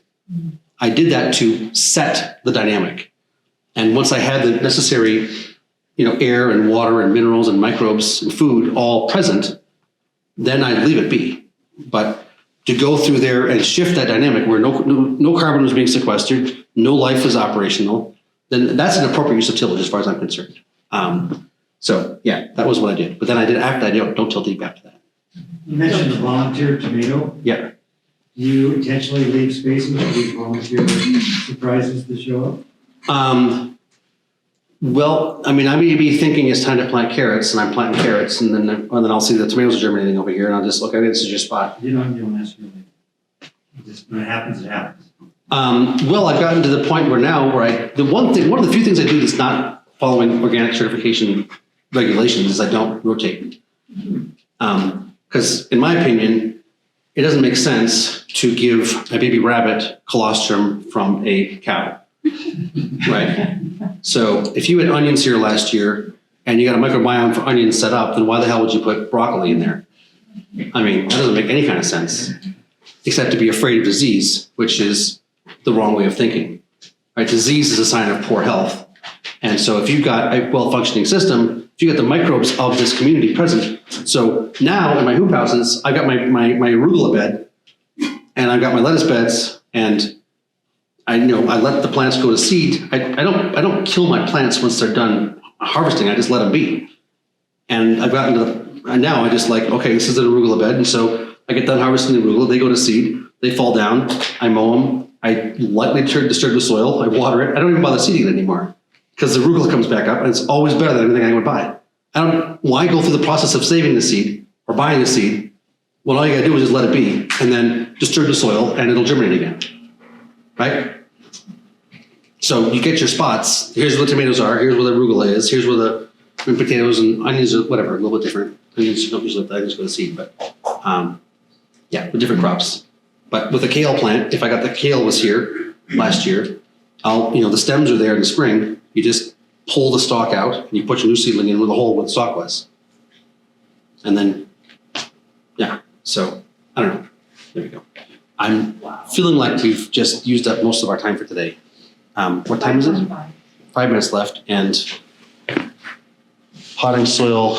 All right. Ready to rapidly move through 8 slides in 5 minutes? Yeah. Yep. That was the right answer. I can see people starting to. I think people are getting full, maybe not. So we just did seed potting soil. So conceptually, if you're going to be using potting soil to start seedlings in, you'd like it to have a full spectrum of minerals and biology in it, right? There's this thing called sterile media. Anybody heard of this thing? Sterile media? You know what sterile media means? Sterile? We promise you we've killed everything in it. Yep. Anybody who thinks that's something to be proud of is someone you shouldn't trust. That's right. Right? Sterile media? If it's all about life, like they put, anyway, so I would recommend if you're going to be starting with seedlings inside with potting soil, you do a compost-based potting soil. I've got some ingredients here of things you can consider adding. But in general, we'd like to have our babies from birth have access to a broad spectrum diet, right? We don't want our kids to be eating, macaroni and cheese from birth till kindergarten and then dropped in to the field and being told to figure out how to eat vegetables, right? You want them eaten well from the very beginning. So a lot of potting soils don't have a full spectrum of minerals in them. And so I would recommend amending your potting soil with these things. If you make your own potting soil with compost, put these minerals into the compost pile when you're building it so they're pre-digested and they're in that compost. Does that all make sense from what I've said so far? I think this is all kind of starting to make sense. Tillage, I'm pretty sure I've talked about tillage. I've argued, we should be minimizing it. There are strategic times for it. We've talked about the bacterial fungal dynamics. And so, those are all, I think, fairly, at least from what I think I've said. I think what she was referring to is you said you sometimes prepare a seed bed with shallow. Very shallow tillage. Not deep till ever again, but shallow. Precisely. If I'm going to be setting a seed, a 4-foot wide bed of salad greens, which is going to be a mat of salad greens, and what's growing there right now is a mix of broccoli and some understories of dock and red clover and dandelions and things like that. I'll come through with my rotary mower in the back of the tractor, right? The tractor tires go here and here. So I'm not doing everything by hand. I'm doing a lot of things by hand, but when I want to be efficient, boom, you clean up a 100-foot bed in how long does it take to drive a tractor down 100 feet? So the rotary mower comes down at ground level. You take all that plant material that's there, you just turn it into, finely chopped up, and then you put the tiller on the back of the tractor and you come through at a 1/2 inch or 1 inch. And you just, did I show this with the crown? Have you ever tried a power harrow? I have not. So this part is called the crown, the spot where the roots and the leaves come together. So as long as you separate the crown from the roots, you don't need to necessarily go down deep. So if you're coming in at a 1/2 inch depth and you're separating the crown from the roots, like you don't need to worry about those things that are growing there now still coming back. Maybe if it's a dandelion you do, but a lot of things you don't. If the crown's a grass, right, sod. I mean, if you separate the crown from the roots with sod, you don't need to dig deep to kill off the grass. Springtime, when the frost, what's that? Unless it's quack. Unless it's quack grass, yeah, which you got rhizomes and you go back to boron. So that's tillage, minimized, but strategic use. In my case, we're trying to maintain the microbial ecosystem and the structure of the soil while also transitioning from one crop to the next. Okay, complexing of compounds. Okay, here's the things I was talking about with pest and disease resistance, top of page 5. So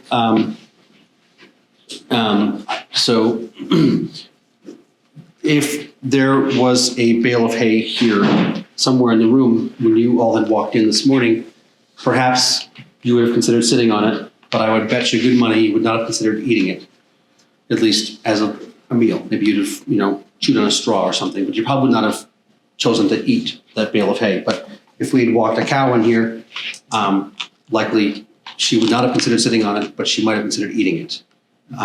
So if you guys are all okay with that statement, I'm going to walk you down another forested path here. Why is it that it's food for a cow and not food for a human? Because the cow's got a rumen. Because the cow's got a different, more sophisticated digestive tract than we do. Right? The cow can digest complex cellulose and we can't. Everybody's okay with that? That means a cow has a different digestive tract than we do. Okay, so different animals have different digestive tracts then.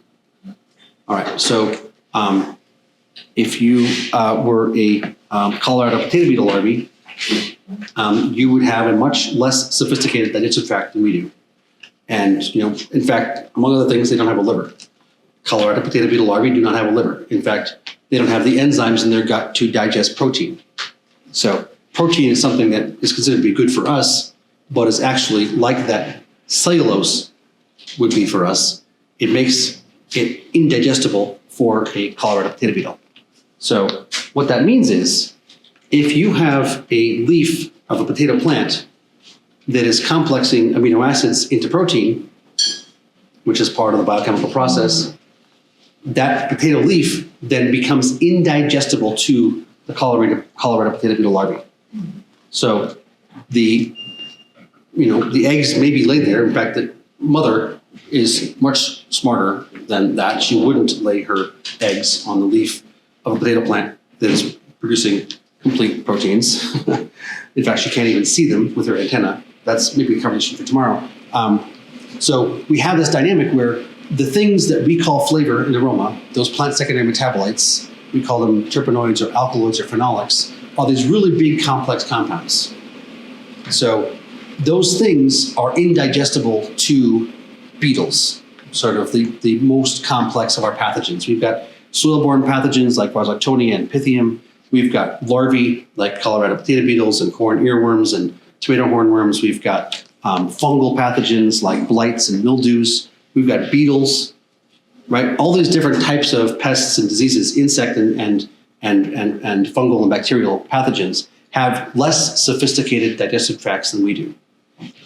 And so when you have a plant that is building what we call flavor and aroma, those are compounds that are basically indigestible for all those types of pathogen.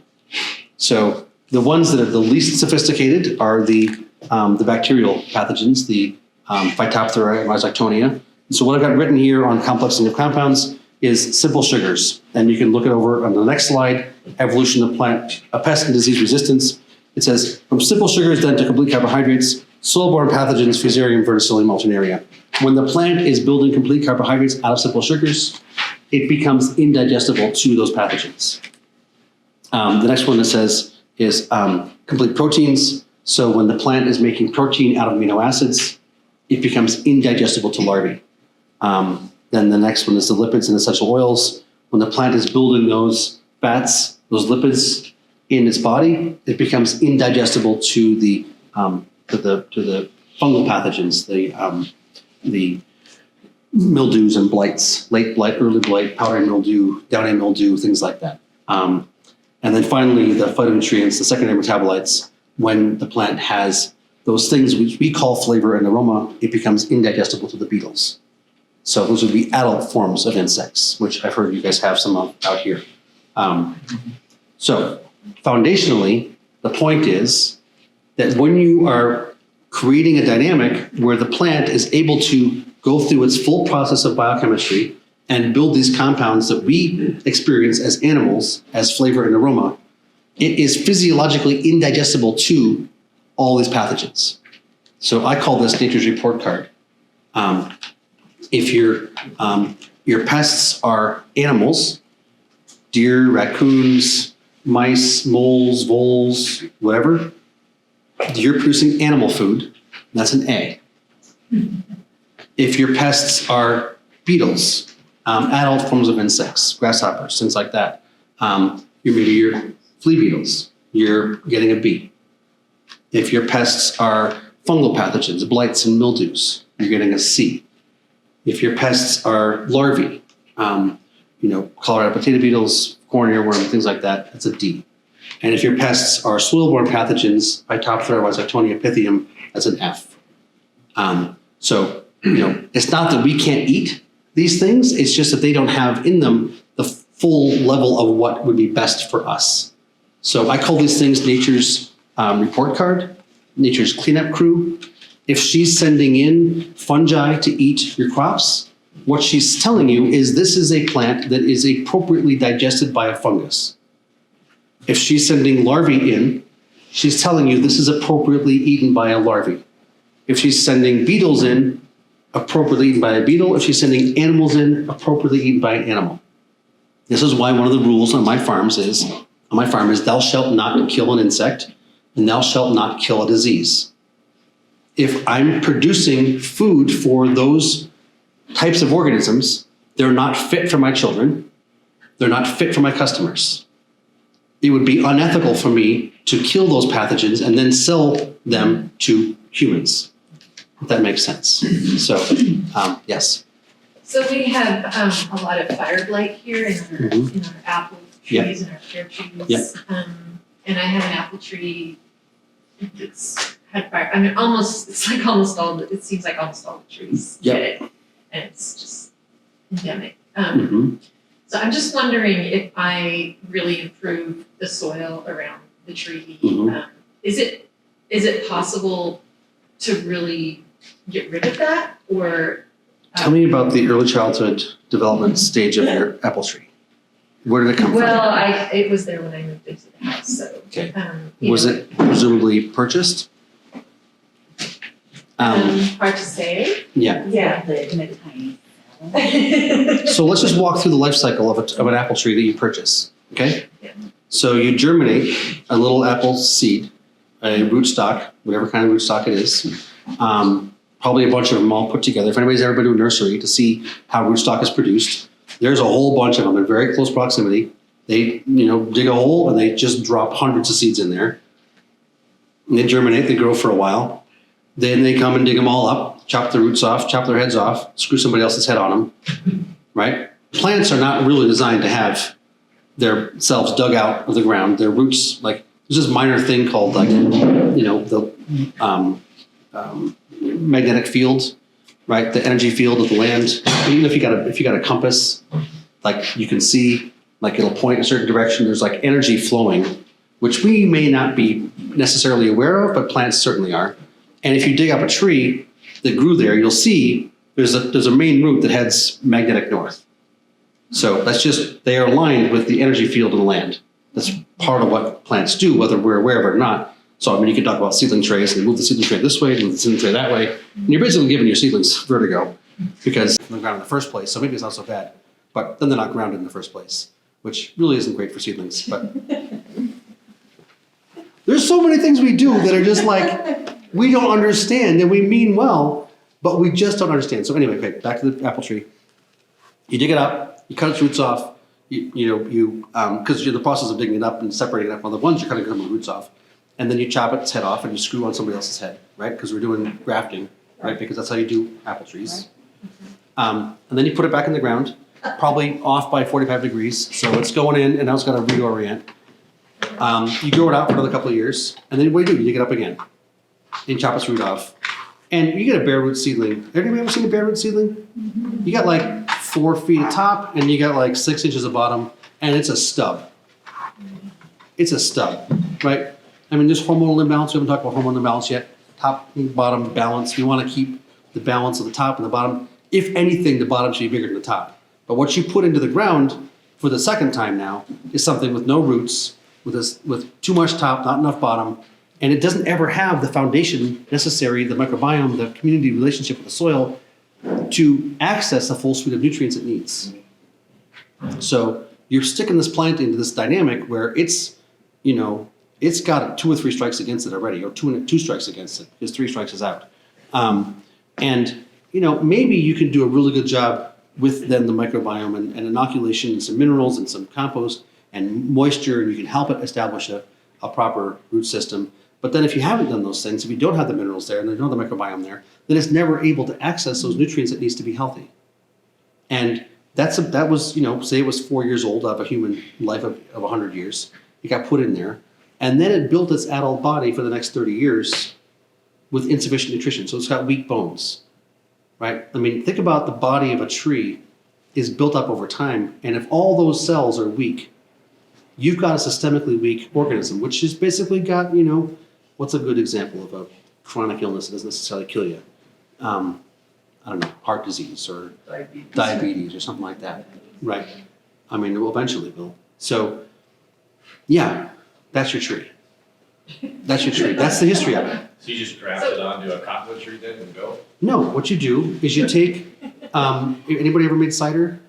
Mm-hmm. Right? So you take your apples, you grind them up, you pulp them up, you squish them, you got the mash. What do? You dig a trench. Where do you want your trees to be? Where do you want your orchard to be? Dig a trench, and you drop it, and you just spread the mash out in there, and you cover it over, and then next year, when they germinate, you look around and you see roughly how far apart do you want your trees to be? Do you want them to be 15 feet apart or 40 feet apart? You find the one that's germinated, that's got the best vigor and vitality, and you take that one and you graft onto it, and you mow the rest of them down. So you want that seed to germinate in the ground where it's going to grow. That, will facilitate a dynamic where, it may take an extra year or 2 from start until you get fruit, because the one you stuck in the ground that cost $40 was a little bit taller, so it might get fruit a little bit earlier. But foundationally, you're going to have something that's going to be much stronger and wider. And if you average it over time, from year 4 on, you're going to be getting more yield of better quality. And your initial cost of establishing that orchard was 1/100th of the cost, right? If you're putting in an acre of orchard at $40 per tree, you're talking about thousands and thousands of dollars. If you're talking about taking some apple mash and running it in, and then getting some cyan wood and grafting it on, right? Your expense is basically labor and really not even that much. So, that's how I would suggest you put in an orchard. Is much more like nature would do it. And if you want to get the specific variety, go for it. Graft it on. But I would say start with the seed in the ground where you want it to grow. And let the ones that have the greatest vigor show themselves, and let those be the ones that you just basically, you graft onto, and mow the rest of them down. So the apple seed would be the rootstock, not the apple. Sure. Yeah. And then you would graft on your apple part later. Mm-hmm. Or you can buy the seed of the right kind of rootstock if you want a dwarfing rootstock. Just buy the seed. Buy dwarfing rootstock seed and plant that. There's different varieties that have that dwarfing function. But do you really want a dwarfing tree? Yeah. Because if you got the top of the tree Not in this climate. is a full size, and the bottom of the tree is going to have weak roots. I don't know. There's all, So basically you want to find an apple of the rootstock you want and grow that. So the problem with apples is they all come in different, and they cross-pollinate. They're like squash, or they're like, brassicas. They just. You buy all the different apples, make your cider. Or your I think grafting is okay, right? If you get rid of all the rest of the traumas and you just do grafting because you want this kind of variety, great. Or you want to actually have new varieties that you are the parent of, that is the future generation of, what is it we were talking about? Heirlooms? Like they're going to be named after you? Like, let them all grow.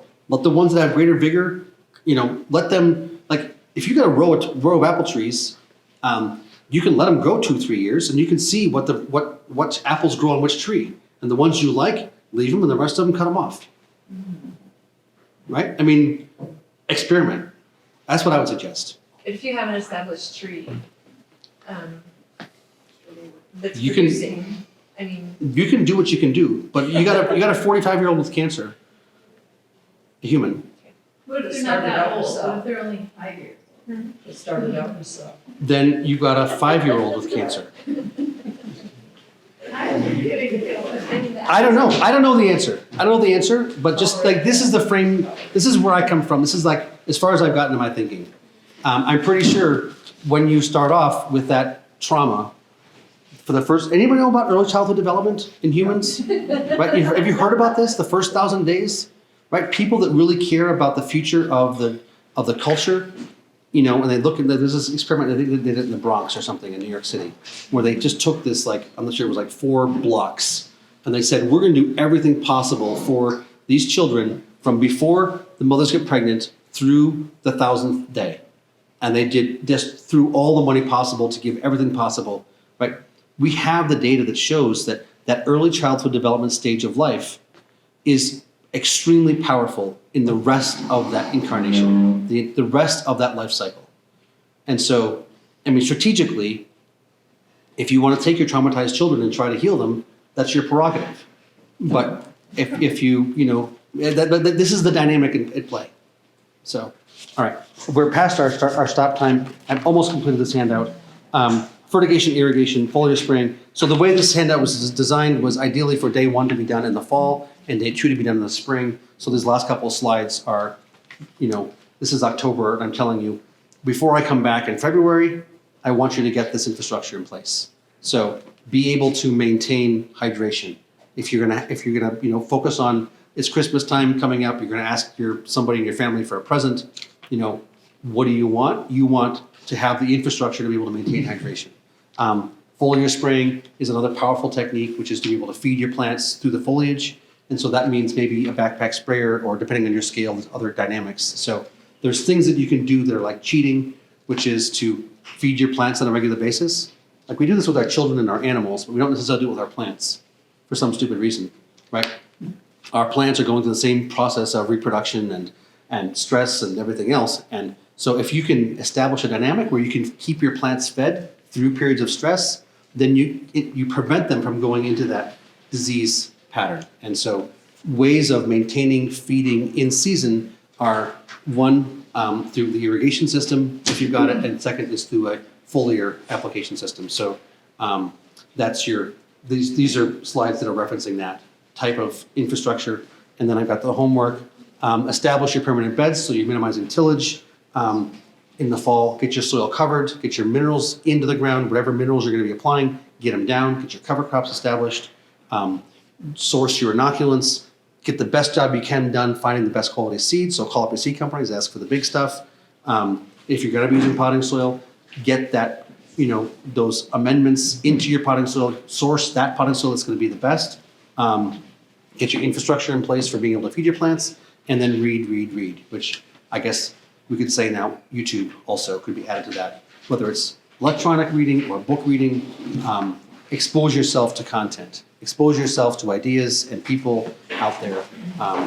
And then we're ready for next course 3 months from now, which is actually tomorrow morning. So, all right. Yes. The foliar spray, I know you talked about doing like a IMO seed inoculant. What else are you thinking about in that? Tomorrow. Like, okay, great. I didn't say this was fall and winter. Tomorrow is spring and summer. So this was the establishing the dynamics, understanding the principles, getting your infrastructure in place, and tomorrow is we start with planting seed. So we're starting the seed, we're going to put it into the soil. What are the steps? We're putting it, you know, into the potting soil, putting it into the soil. We're looking at the plants as they grow. We're engaging with those plants with consciousness. So tomorrow's schedule is supposed to be 6 hours, but it's only 4 hours. And I like to leave the last hour and a half for topics of esoteric nature. So